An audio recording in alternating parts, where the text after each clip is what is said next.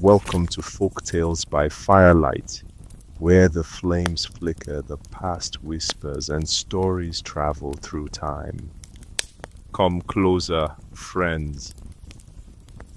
For tonight, by the fire's flicker, we travel back to a time when Nigeria split like a cracked calabash.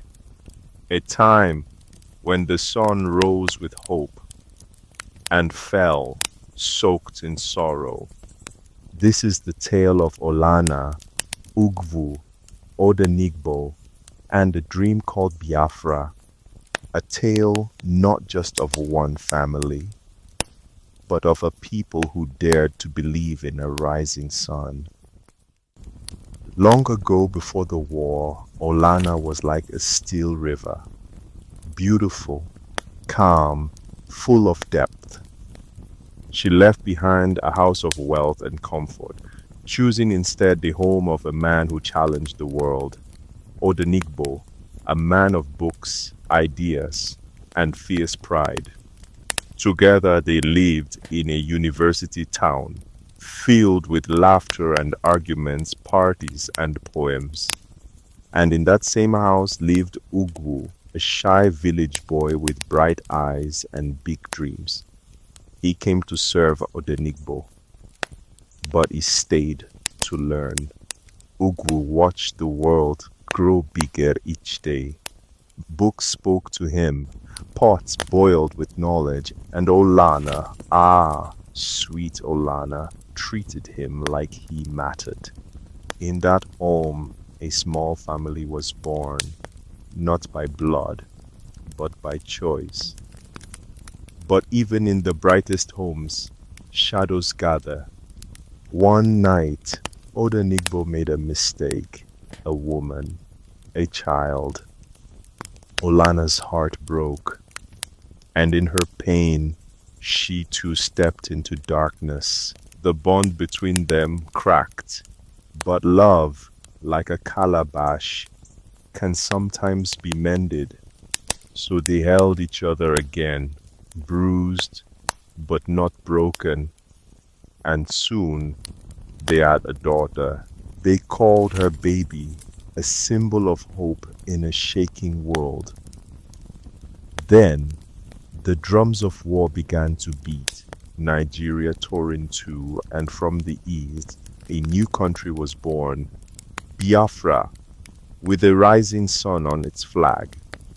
They said Biafra would be a land of freedom, a place for the Igbo to stand tall, a place where the future would shine like gold. Olanna, Odenigbo, Baby, and Ugwu fled to this new land. But what they found was not gold, but fire. Bombs fell from the sky, markets emptied, children starved. Ugwu, still a boy, was taken to be a soldier, and in the mud and gunfire, he lost pieces of himself. Even love could not hide from war. The family grew thin, not just in body but in spirit.